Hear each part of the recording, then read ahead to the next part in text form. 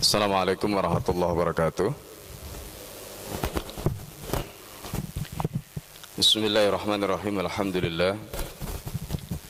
Wassalatu ala rasulillah wa ala alihi wa ashabihi wa mawalah. La khawla wa la quwwata illa billah. Rabbi syrah li sadri wa yassir li amri wa hlul 'uqdatam min lisani yafqahu qawli. Allahumma inna a'udzubika an adilla wa dalla zilla zilla a'udlima a'udlama ajali jazal alayh. Bapak dan saudara sekalian yang dimuliakan oleh Allah Subhanahu wa taala. Alhamdulillah pada pagi hari ini kita bisa melanjutkan kajian kita. Kita akan membahas tentang kitab Hadits Sahabah juz yang kedua halaman 340. Pada pagi hari ini kita akan membahas tentang kisah Fairuz Ad-Dailami dengan seorang pemuda dari Quraisy. Bismillahirrahmanirrahim. Dan kisah ini terkait dengan bagaimana keadilan Umar radhiyallahu an, sekaligus bagaimana Umar memiliki kasih sayang yang luar biasa. Di satu sisi haknya Allah Subhanahu wa taala ditegakkan, tapi di sisi lain Umar juga tidak melupakan kasih sayang yang luar biasa yang juga diberikan kepada anak buahnya atau pejabat yang ada di bawahnya. Seperti di dalam kisah-kisah yang lalu, bagaimana Umar bin Khattab radhiyallahu an sikapnya terhadap Abu Musa al-Asy'ari, seorang sahabat Nabi. Kemudian bagaimana Umar radhiyallahu an begitu rupa menegakkan keadilan meskipun itu terhadap sahabat Rasulullah sallallahu alaihi wasallam. Bismillahirrahmanirrahim. Wa akhraja Ibnu Asyakir Anil Hirmazi. Hirmazi ini adalah nisbah kepada Al-Khirmas bin Malik bin Amru bin Tamim. Ibnu Asyakir telah meriwayatkan atau telah mengeluarkan riwayat dari Al-Khirmazi. Berkata Al-Khirmazi, kata Umar ibn Khattab radhiyallahu an ila Fairuz Ad-Dailami. Umar bin Khattab telah menulis surat kepada Fairuz Ad-Dailami. Bunyi surat itu, siapa Fairuz Ad-Dailami ini? Disebutkan di sini Fairuz Ad-Dailami ini adalah min abna'il Furs, jadi salah satu dari putra Persia, karena memang ketika itu Islam di masa Umar itu sudah masuk ke wilayah Romawi dan Persia. Dan kita tahu pada zaman Nabi SAW Romawi dan Persia ini adalah dua superpower. Maka kemudian Rasulullah SAW pada saat penaklukan atau pada saat perang Khandaq ketika itu, baginda Nabi Muhammad SAW ketika mengayunkan kapaknya, Rasulullah SAW menyatakan utitu mafatihar Rum atau utitu mafatihas Syam, aku telah diberikan kunci-kuncinya Syam atau Romawi. Wa utitu mafatihal Furs, dan aku telah diberikan kunci-kuncinya Persia. Wa utitu mafatihal Yaman, dan aku telah diberikan kunci-kuncinya Yaman. Kemudian akhirnya penaklukan Syam atau Romawi ini terjadi di zaman Umar. Begitu juga Persia. Sebagian ada yang dilaksanakan di zaman Abu Bakar radhiyallahu an.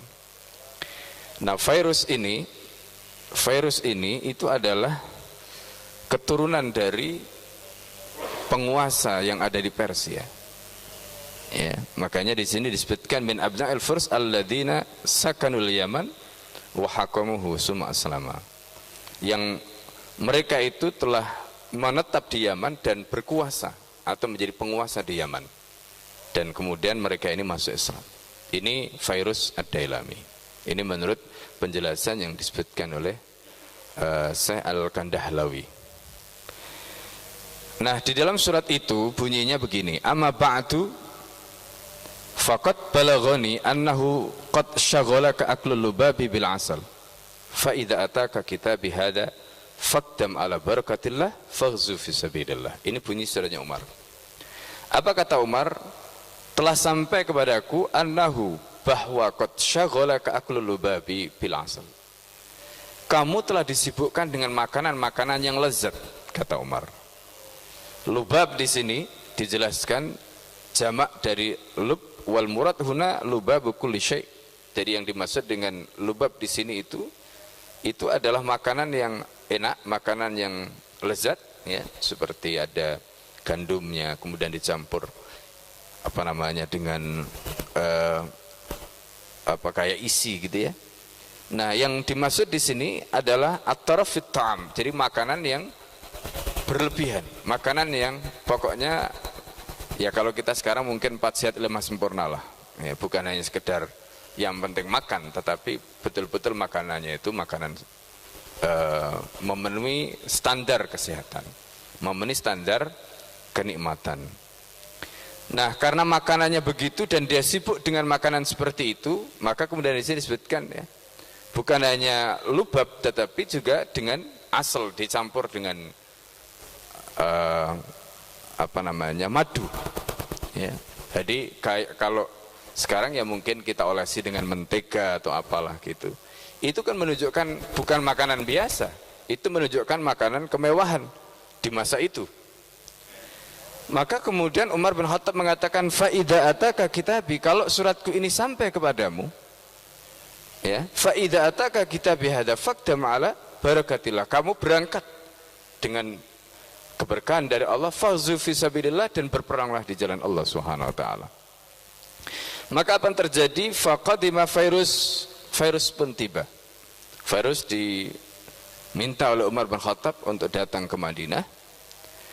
Fasta'dana ala Umar, kemudian dia minta izin untuk menghadap Umar radhiyallahu anhu. Fa'adina lahu, maka dia pun diizinkan untuk menghadap Umar. Fazahamahu fata min Quraisyin, pada saat dia mau menghadap Umar itu berdesak-desakan, dan kemudian akhirnya dia mungkin kedesek ya kan sama orang Quraisy tadi itu, sama pemuda Quraisy tadi itu. Ya, kita tahu orang Arab kan badannya gede-gede. Ya, orang Arab badannya gede-gede. Jadi mau menghadap Umar ini desek-desekan, sehingga kemudian Fairuz ini terdesak dengan pemuda Quraisy. Apa yang dilakukan oleh Fairuz? Farafa Fairuz yadahu. Fairuz ini kemudian mengangkat tangannya, ya, fala tama'an fal Quraisy. Maka kemudian ditonjok mukanya pemuda Quraisy tadi. Ya. Jadi dia merasa saya ini diundang sama khalifah, diundang sama Amirul Mukminin, ini tiba-tiba ada pemuda enggak jelas, ya, mendesek saja. Akhirnya dia marah gitu, seketika dia tonjok pemuda tadi kena hidungnya. Fadahal al-Quraisy ala Umar mustadmiyan. Maka kemudian pemuda Quraisy itu menghadap Umar dalam keadaan hidungnya berdarah, mengalirkan darah karena ditonjok oleh Fairuz tadi. Ya. Lalu faqala lahu Umar bertanya kepada pemuda itu, man fa'ala bika? Siapa yang melakukan kepadamu, nonjok mukamu sampai mukamu berdarah seperti itu? Itu pertanyaan Umar kepada pemuda tadi. Maka kemudian qala Fairuz, kata pemuda itu, yang menonjok saya ini, yang melakukan ini adalah Fairuz, katanya. Ya. Wa huwa alal bab, dan dia ada di pintu. Ya, karena dia lagi nunggu. Kan tadi ceritanya antri nih, pengen ketemu Amirul Mukminin. Ya, tiba-tiba pemuda ini nyodok atau dia berdesak-desakan. Fairuz merasa, wah ini ya pemuda ini enggak punya adab lah, apa mungkin pikiran Fairuz begitu, akhirnya marah, dia tonjok, dan Fairuz masih tetap di situ. Lalu pemuda ini sampai duluan kepada Umar. Nah, apa yang terjadi kemudian? Fa'adina li Fairuz bid-dukhul. Fairuz kemudian diizinkan masuk. Fadakhala, lalu Fairuz masuk menemui Umar. Faqala, lalu kemudian Umar berkata kepada Fairuz, dan pemuda itu ada di sebelahnya Umar. Apa yang dikatakan Umar? Mahadha ya Fairuz. Fairuz, ini kenapa ini? Apa yang terjadi ini Fairuz? Kenapa kamu sanggup atau kenapa kamu bisa menonjok pemuda ini sehingga hidungnya berdarah-darah? Apa salah dia? Itu kira-kira pertanyaan Amirul Mukminin kepada Fairuz. Qala, maka kemudian Fairuz berkata, ya Amirul Mukminin, katanya, wahai Amirul Mukminin, inna kunna hadis ahdin, ya, di malakin ketika kami baru, ya, maksudnya baru tiba atau baru sampai, dan beliau punya istrinya, beliau itu sebagai penguasa, ketika baru menjadi penguasa, lalu kemudian wa innaka katabta ilayya, dan engkau telah menulis surat kepada kami, walam taktub ilaihi, dan anda tidak menulis surat untuknya. Maksudnya Fairuz ini mau cerita, ketika kami ini menjadi penguasa, kan tadi diceritakan Fairuz Ad-Dailami ini adalah penguasa yang berkuasa di Yaman menurut catatan Al-Kandahlawi. Kemudian Umar mengirim surat kepada Fairuz, ya. Dalam kitab yang lain seperti Syarul A'lam An-Nubula itu disebutkan Ad-Dailami, Fairuz Ad-Dailami ini adalah penguasa Persia, ya, penguasa Persia. Nah, kemudian Fairuz ini cerita, kan anda nulis surat pada saya, anda minta saya untuk datang, sementara anda tidak menulis surat kepada dia. Wa adin tali bituhul, dan anda mengizinkan saya untuk masuk menghadap. Walam ta'din lahu, dan anda tidak mengizinkan dia, memberi izin dia, tapi dia nyerodok saja, ya. Farada ayadkhula fi idzni qabli, dan dia mau masuk, ya, istilah ini, saya ini lagi mau masuk, tiba-tiba dia mau nyerodok saja sebelum saya, padahal anda meminta saya untuk menghadap. Fakana minni qad akhbaraka au ukhbiruka, ya. Nah, jadi kami mendapatkan apa yang telah disampaikan kepada anda, maksudnya berita tadi. Qala Umar radhiyallahu anhu, ketika Umar mengetahui peristiwa itu, karena ditanya tadi, mahada ya Fairuz, apa yang terjadi nih Fairuz, kenapa kok kamu sampai melakukan ini? Kemudian Fairuz memberikan penjelasan. Ternyata kata Fairuz, ya anda kan mengundang saya datang ketika giliran mau masuk, sementara pada saat yang sama anda tidak meminta dia untuk datang, tiba-tiba dia nyerodok, ya. Lalu kemudian saya pukul dia, ya, dan sampailah berita itu kepada anda, kata Fairuz kepada Umar. Maka Umar radhiyallahu anhu kemudian mengatakan, Umar tidak melihat Fairuz ini siapa, apakah dia datang karena undangan Umar ataukah bukan, kemudian pemuda tadi datang bukan karena undangan Umar ataukah tidak melihat itu, tapi yang dilihat adalah apa yang dilakukan oleh Fairuz kepada pemuda tadi. Karena yang dilakukan oleh Fairuz kepada pemuda tadi itu sudah jelas, yaitu menonjok atau memukul hidungnya pemuda tadi, sehingga kemudian hidungnya pemuda itu berdarah. Maka kemudian Umar mengatakan al-qisas, maka kata Umar, kisos, ya, karena inilah gambaran atau inilah hukuman atau ketentuan yang harus diterapkan oleh Umar. Nah, ini yang tadi saya ingin sampaikan, bagaimana Umar tidak melihat siapa Fairuz. Fairuz ini pejabat kepala daerah yang diundang Umar untuk menghadap Umar sebagai khalifah. Giliran mau masuk menghadap Umar, kemudian berdesakan dengan pemuda Quraisy tadi. Lalu kemudian Fairuz sebagai pejabat merasa tersinggung, lalu kemudian dia mukul hidungnya pemuda tadi. Umar tidak melihat itu. Nah, ini yang dilihat oleh Umar adalah tindakan yang dilakukan oleh Fairuz kepada pemuda tadi, dan itu jelas merupakan tindakan yang menyalahi ketentuan hukum Allah Subhanahu wa taala. Apa yang terjadi? Umar kemudian menetapkan kisos. Lalu Fairuz bertanya, la Buddha, apakah kisos ini harus ya Amirul Mukminin? Lah saya kan datang ke sini diundang, ya kan, saya datang ke sini atas permintaan anda, terus tiba-tiba ada pemuda seperti ini, gitu. Itu kira-kira pertanyaannya Fairuz, apakah harus kisos ini, gitu. Coba bayangkan, kepala daerah, seorang pejabat, ya kan, datang dengan undangan dari kepala negara sebagai undangan terhormat, lalu kemudian ada insiden seperti itu, lalu kepala negaranya tidak membela pejabatnya tadi, justru malah kemudian membela orang yang ditonjok oleh pejabat tadi. Ini yang menjadi pertanyaan, ya. Makanya Fairuz kemudian bertanya, la Buddha ya Amirul Mukminin, apakah ini harus Apakah kisos ini harus ditegakkan? Kemudian kata Umar radhiyallahu an, qala la budda, harus, kata Umar. Umar tidak ada kompromi soal ini. Subhanallah. Seperti yang kita bahas di dalam pembahasan sebelumnya. Tidak ada kompromi. Ya. Apa yang terjadi kemudian? Fajatha Fairuz ala rukbatayhi. Fairuz kemudian menekuk lututnya. Jadi karena Fairuz ini apa namanya, mau di kisos tadi, suruh mukul sama pemuda itu, ya. Jadi Fairuz ini kemudian melipat lututnya. Wa qamal fatal yaqtassa minhu, lalu kemudian pemuda itu berdiri, sudah siap dalam posisi begini, udah siap mau nonjok Fairuz, ya kan? Namanya suruh mengkisos, ya kan? Jadi Fairuz sudah dalam posisi duduk, yaitu kakinya dalam posisi apa? Dilipat, ya. Nah, jadi bukan Fairuz dalam posisi berdiri, dari posisi lipat, karena kemudian kisos akan diberlakukan kepada Fairuz tadi. Tetapi, nah di sini adilnya Umar. Ini adilnya Umar dan ini bijaksananya Umar radhiyallahu anhu. Jadi Umar itu tidak ingin kehilangan. Umar itu tidak ingin, istilahnya beliau dituntut oleh dua hal. Dan sekaligus beliau ingin bersikap adil seadil-adilnya. Apa?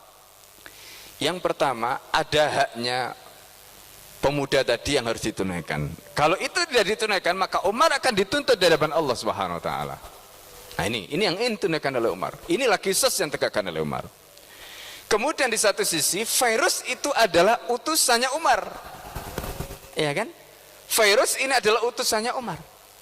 Jadi bagaimana caranya Umar menegosiasikan, tetapi dengan cara di mana seorang pemuda tadi akhirnya dia melepaskan haknya, pada saat yang sama apa yang menjadi kisos tadi ditegakkan, hukuman itu kemudian gugur, tapi pada saat yang sama dia ridho, ya. Lalu kemudian Fairuz juga demikian, dia tidak kehilangan apa namanya muka, atau termasuk tadi yang kita sebutkan sesuatu yang mungkin dia lakukan itu spontanitas. Nah, tadi itu. Nah, di sini kecerdasan Umar, keadilan Umar, dan kasih sayangnya Umar itu kemudian akhirnya ditunjukkan. Bagaimana Umar kemudian melakukan hal ini? Perhatikan baik-baik. Faqala lahu Umar, maka Umar kemudian berkata kepada Fairuz. Jadi Fairuz ini kemudian diajak dialog oleh Umar bin Khattab sebelum dia mengkisos apa namanya pemuda tadi itu, diajak dialog oleh Umar sebelum pemuda itu mengkisos Fairuz tadi itu. Apa yang dikatakan Umar? Ala rislika ayyuhal fata. Sebentar kata Umar. Ala rislika ayyuhal fata. Sebentar. Wahai pemuda, sebentar, tunggu dulu, sabar, jangan segera eksekusi, jangan segera kamu kisas, nanti sabar dulu, kata Umar bin Khattab. Hatta akhbiraka, sehingga aku memberitahukan kepadamu bisyai'in sami'tuhu min Rasulillah, sehingga aku kabarkan kepadamu, aku beritahukan kepadamu sesuatu yang aku telah dengarkan dari Rasulullah sallallahu alaihi wasallam. Nah, ini hebatnya Umar. Jadi Umar menegosiasikan. Jadi di satu sisi pemuda tadi bisa menunaikan apa menjadi haknya, pada saat yang sama Fairuz juga begitu mendapatkan apa yang menjadi kewajibannya, tetapi win-win solution. Nah, ini ya. Jadi kira-kira win-win solution itu bahasanya. Ini gugur, dan Umar juga gugur kewajibannya di depan Allah Subhanahu wa taala. Nah, ini kecerdasannya Umar. Apa yang kemudian dilakukan? Di sini disebutkan, sebentar pemuda, aku akan ceritakan kepadamu sesuatu yang aku dengarkan dari Rasulullah sallallahu alaihi wasallam, kata Umar kepada pemuda itu. Apa kata Umar? Sami'tu Rasulullah sallallahu alaihi wasallam. Aku telah mendengarkan Rasulullah sallallahu alaihi wasallam dzata ghadatin, suatu pagi, kata Umar. Wa huwa yaqulu, dan Rasulullah suatu pagi pernah bersabda, qutilal lailata al aswatu al ansi al kadzabu. malam ini katanya telah terbunuh seorang kulit hitam yang pendusta atau pembohong. Di sini disebutkan siapa? Qatalul Abdus Saleh, dia telah dibunuh oleh hamba Allah yang soleh, Fairuz Ad-Dailami. Rasulullah sebutkan nama itu, Fairuz Ad-Dailami, nama hamba Allah yang soleh itu. Kemudian disebut oleh Umar karena Umar mendengarkan Rasulullah SAW menyebut nama itu, yang telah membunuh seorang yang tadi disebutkan Al-Aswadul Unsil Kadzab, jadi pendusta, ya, pembohong, ya. Nah, kemudian apa kata Umar bin Khattab setelah Umar mengutip sabda Rasulullah tentang Fairuz tadi itu? Apa kata Umar? Afataraka muqtasan minhu ba'da id sami'ta hadza min Rasulillah? Apakah kamu masih tega, katanya Umar, akan mengkisos orang yang kamu dengarkan tadi mendapatkan dalam tanda petik pujian dari Rasulullah SAW tadi? Masihkah kamu sanggup untuk mengkisos orang yang dipuji oleh Nabi? Itu kira-kira bahasanya Umar menegosiasikan. Ya, bahasa ini gambaran tentang kecerdasan Amirul Mukminin untuk mencari win-win solution tadi itu. Solusi virusnya dapat hukuman, tapi akhirnya kemudian hukuman itu dilepaskan oleh siapa? Oleh pemuda Quraisy tadi. Pemuda Quraisy itu juga lega hatinya karena dia sudah bisa mengkisos orang yang menyakiti dia. Tetapi pada saat yang sama dia kemudian melepaskan sesuatu yang itu menjadi haknya karena dia mendengarkan Rasulullah SAW memuji seorang Fairuz tadi itu. Lalu apa yang dikatakan? Faqala Fairuz li Umar, kemudian pemuda itu mengatakan, qala al-fata, pemuda itu berkata, laqad afautu anhu ba'da id akhbartani an Rasulillah bihada. Katanya, aku telah memaafkan dia, aku telah memaafkan Fairuz setelah engkau ya Amirul Mukminin memberitahukan aku tentang Fairuz sebagaimana yang aku dengarkan dari Rasulullah SAW. Masya Allah. Jadi pemuda Quraisy ini akhirnya dia tidak jadi menjatuhkan hukuman kepada Fairuz yang sudah nonjok hidungnya tadi. Kenapa? Karena Fairuz ini telah mendapatkan pujian dari Rasulullah SAW karena jasanya membunuh orang kulit hitam yang pendusta tadi itu, ya. Kemudian di sini disebutkan faqala Fairuz li Umar, Fairuz kemudian berkata kepada Umar, afatara hadza mukhrijin mimma sana'tu iqrari lahu wa afuhu ghairu mustaqih. Apakah ini istilahnya itu yang membebaskan aku terhadap apa yang aku telah lakukan, yang menjadi keputusanku kepadanya, ya, dan ampunan dia ghairu mustaqrah, tanpa ada yang memaksa. Dia memberikan pembebasan, dia mengampuni, enggak ada maksa. Pemuda itu kemudian membebaskan Fairuz. Fairuz tidak jadi dieksekusi, Fairuz tidak jadi dikisos oleh pemuda itu. Subhanallah. Kemudian Umar menjawab apa? Qala na'am, ya. Qala Fairuz, ya. Maka kemudian Fairuz mengatakan, karena orang itu kemudian dia menjawab bahwa dia tidak terpaksa, dia merasa tidak terintimidasi ketika dia memberikan maaf kepada Fairuz tadi. Lalu kemudian dia tegaskan itu. Maka kemudian apa kata Fairuz? Ya. Fa ushiduka anna saifi, ya, maka aku memberikan kesaksian, saksikanlah, kata Fairuz, sesungguhnya pedangku, ya, kemudian faras, kudaku, wasalasina alfan min mali, dan 30.000 hartaku ini. Entah 30.000 apa, dinar atau dirham. Kalau dinar tentu besar sekali, ya, 30.000 dinar itu ya nilainya ya miliaran, ya. Apalagi sekarang dengan kan 1 dinar itu kan 4,25 gram, Ya, 4,25 gram emas. 1 gramnya sekarang berapa? 1 juta lebih kan? Nah, hitung aja. 4,25 kali 30.000. Berapa itu? Ya, pokoknya banyak ya. Nah, itu kira-kira berapa miliar itu hartanya kalau kita pakai hitungan dinar. Itu diserahkan oleh Fairuz kepada pemuda tadi. Subhanallah. Jadi pemuda itu dengan dia memaafkan Fairuz tadi, kan harusnya kena diet. Ya, harusnya kena diet. Kalau kan kita tahu ya, hidung itu satu. Kalau misalnya hidung kita itu patah, itu dietnya 100 unta. Itu normalnya 100 unta. Tapi apa yang terjadi? Pemuda itu memaafkan Fairuz. Jadi Fairuz tidak membayar apa-apa. Tetapi sebagai bentuk terima kasihnya Fairuz kemudian memberikan hartanya 30.000 kepada pemuda tadi. Pedangnya dikasihkan, kudanya dikasihkan. Subhanallah. Inilah gambaran betapa indahnya Islam, ya. Kasih sayang yang begitu luar biasa.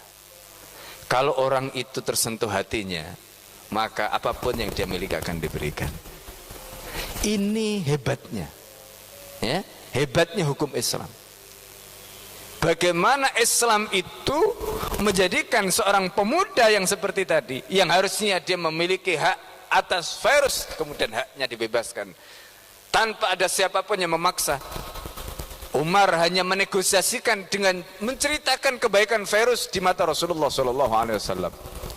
Dengan pujian Nabi, pemuda itu diperdengarkan oleh Umar, pujian yang diberikan oleh Rasulullah kepada Fairuz, dan pemuda itu pun sanggup menggugurkan apa yang menjadi haknya dari Fairuz karena mahabbah dia kepada Rasulullah SAW. Coba, karena cintanya kepada Rasulullah SAW. Dan akhirnya Fairuz pun memberikan hadiah yang tidak tanggung-tanggung pada pemuda tadi. Kemudian dalam riwayat yang lain disebutkan qala afautu ma'juran ya akha Quraisy.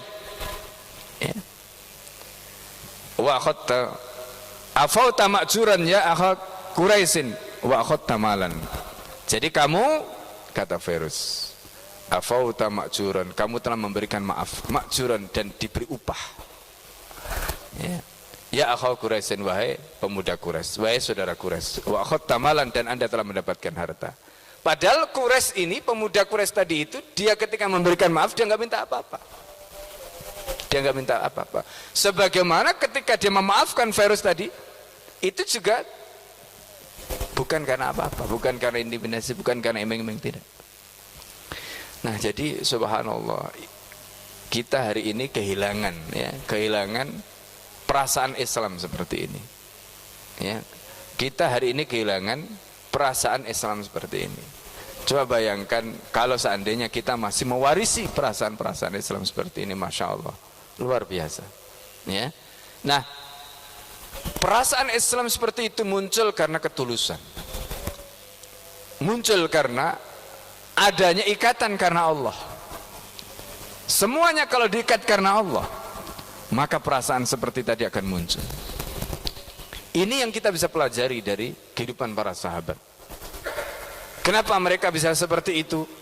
Itu karena tadi ada ikatan yang muncul, yang ikatan tadi itu semata-mata karena Allah Subhanahu wa taala, bukan karena yang lain. Nah, jadi ini kisah tentang Fairuz. Kemudian kisah berikutnya adalah kisah tentang seorang budak dan keadilan Umar radhiyallahu anhu. Akhraja At-Tabrani fil Awsat. At-Tabrani telah mengeluarkan hadis atau riwayat di dalam kitabnya Al-Mu'jamul Awsat. Jadi At-Tabrani ini punya 3 kitab hadis. Ada namanya Al-Mu'jam As-Saghir, Al-Mu'jam Al-Kabir, dan ada Al-Mu'jam Al-Awsat. Wa Ibnu Asyakir wal Baihaqi an Ibnu Abbas radhiyallahu anhuma.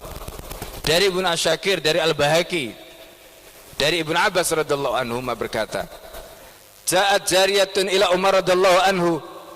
Ada seorang budak datang menghadap Umar.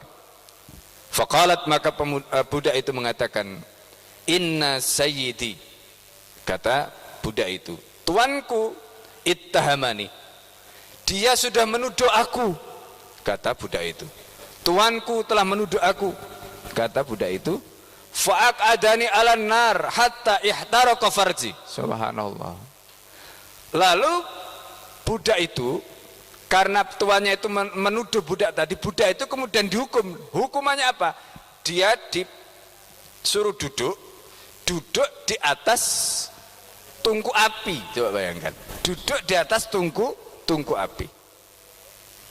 Lalu kemudian kata budak itu, ihtaraqa farji, sampai akhirnya kemaluanku terbakar. Coba, ini kan luar biasa. Jadi tuannya itu memperlakukan orang tadi, budak tadi itu dengan perlakuan yang kayak begitu. Ya karena budak ini dianggap, ya budak itu kan milik, ya kan seperti barang gitu. Budak itu kan seperti barang, menjadi milik gitu loh. Maka kemudian ketika dia diperlakukan seperti tadi, akhirnya dia mengadu kepada Umar. Lalu kemudian di situ dikatakan faqala lahu Umar, maka Umar kemudian bertanya kepadanya, hal ra'a dzalika 'alaika, apakah dia mengetahui itu mengenai kamu? Qalat la, tidak. Qala fal i'tarafat lahu bi syai', ya. Maksudnya apakah dia ini pertanyaan Umar, apakah bisa jadi apakah al-i'taraftu lahu bi syai', apakah kamu mengakui ya memiliki sesuatu kepadanya? Qalat la. Faqala Umar, maka kemudian Umar mengatakan alayya bi, kalau begitu saya akan tunaikan apa menjadi kewajiban saya terhadapnya. Falamma ra'a Umar rajul, maka kemudian ketika Umar melihat orang itu, qala, orang itu kemudian dipanggil oleh Umar. Apa kata Umar? Atu'adziba bi'adabillah, apakah kamu sanggup menyiksa dengan siksaan Allah? Kan orang itu tidak boleh menghukum dengan hukuman yang Allah gunakan. Jadi kalau di dalam Islam itu ada hukuman, misalnya seperti cambuk, seperti rajam, potong tangan. Tapi tidak boleh menghukum dengan hukuman yang Allah gunakan. Apa? Api, tidak boleh. Ya, menghukum dengan api itu tidak boleh. Ya, makanya sebagian ulama diantaranya tidak boleh membunuh nyamuk dengan menggunakan itu listrik itu karena termasuk di situ. Jadi menghukum dengan menggunakan api. Nah, itu sebagian menggunakan argumentasi tadi. Nah, maka kemudian di sini disebutkan, apakah kamu sanggup menghukum orang tadi itu dengan adab Allah? Maksudnya dengan menggunakan api. Orang itu kamu panggang di atas tungku api sehingga kemaluannya terbakar. Kemudian qala ya Amirul Mukminin, ya, ittahamtuha fi nafsiha, aku menuduh dia terhadap dirinya sendiri. Qala ara'aita dzalika 'alaiha, apakah kamu melihat, ya, punya istilahnya itu kewajiban yang kamu tetapkan terhadap dirinya. Artinya karena seorang majikan itu kan dia punya kewajiban yang pada saat yang sama itu menjadi hak dia karena dia adalah majikan atas budaknya tadi itu. Qala la. Kemudian qala fa'tarafat laka bi, apakah dia mengakui itu menjadi hakmu? Qala la. Kemudian Amirul Mukminin mengatakan, walladzi nafsi biyadihi, demi zat yang jiwaku ada dalam genggamannya, kata Amirul Mukminin, laulam asma Rasulullah yaqulu, kalau seandainya aku tidak pernah mendengar Rasulullah bersabda, la yuqatu mamlukun min maliki. Nah, ini pelajarannya. Budak itu kalau dia dihukum oleh majikannya, maka majikan itu tidak boleh dikisos. Jadi majikan itu kalau menghukum budak, maka majikan itu tidak boleh dikisos. Nah, ini kata Umar, laulam asma Rasulullah yaqulu la yuqatu mamlukun min maliki.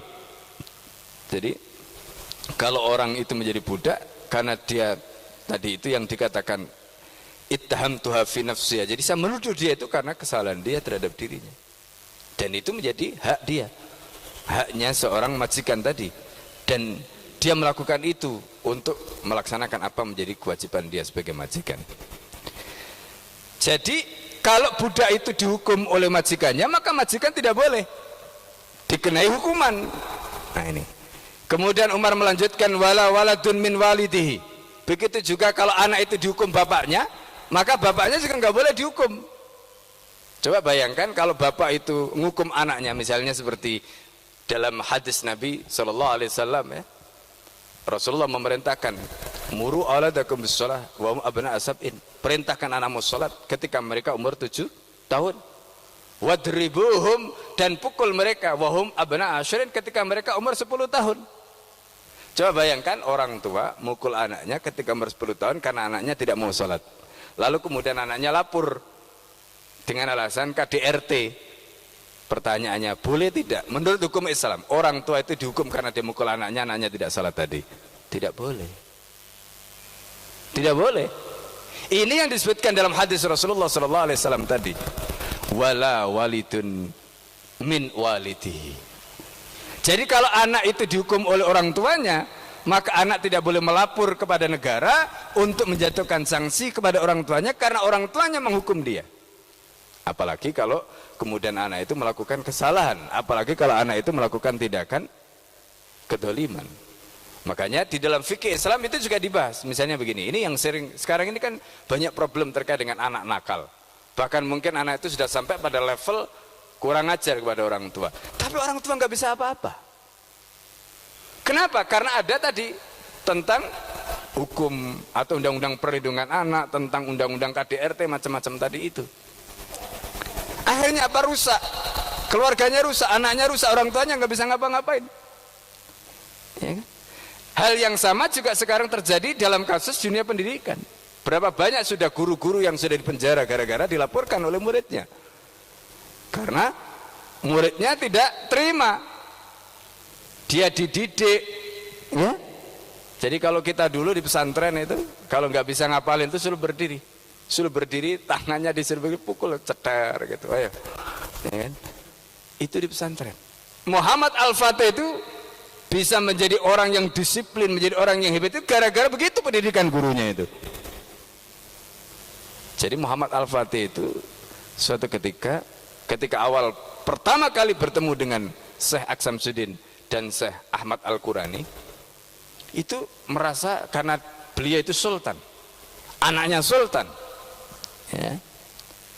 Jadi merasa seolah-olah karena sultan, anaknya sultan, ya dia punya tadi itu, merasa punya privilege, merasa punya hak istimewa sebagai anaknya sultan, ya, ibaratnya dia bisa mendikte gurunya. Tapi ulama ini tidak mau dia didikte oleh Muhammad Al-Fatih Junior itu.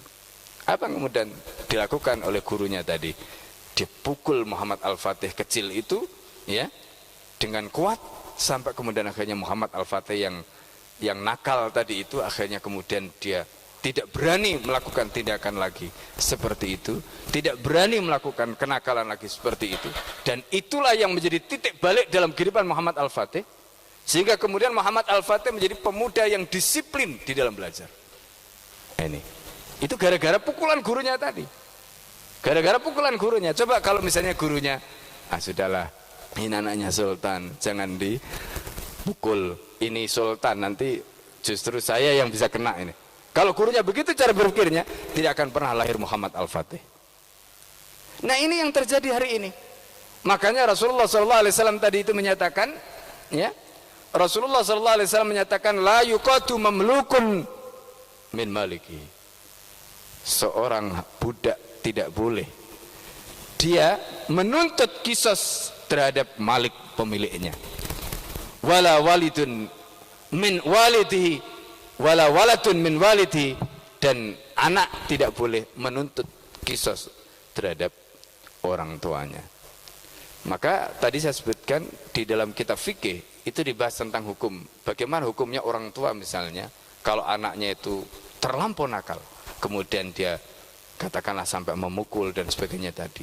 Bahkan ya di dalam kitab fikih itu sudah dibahas bagaimana hukumnya kalau orang tua sudah nggak bisa lagi menundukkan anaknya, boleh tidak dia mengusir anaknya dari rumah. Sampai dibahas hukum seperti itu, ya, sampai dibahas hukum seperti itu. Artinya Islam punya solusi untuk menyelesaikan masalah seperti ini. Ya. Dan inilah gambaran dari bagaimana hebatnya Islam mengatur, mulai dari urusan domestik di dalam rumah tadi itu sampai urusan negara. Jadi luar biasa. Nah, hari ini seperti yang tadi saya katakan, kita kehilangan semuanya itu. Ya. Apa kemudian kata Umar? Kalau seandainya aku tidak mendengarkan hadis Rasulullah sallallahu alaihi wasallam seperti itu, ya, laqad tuhaminka,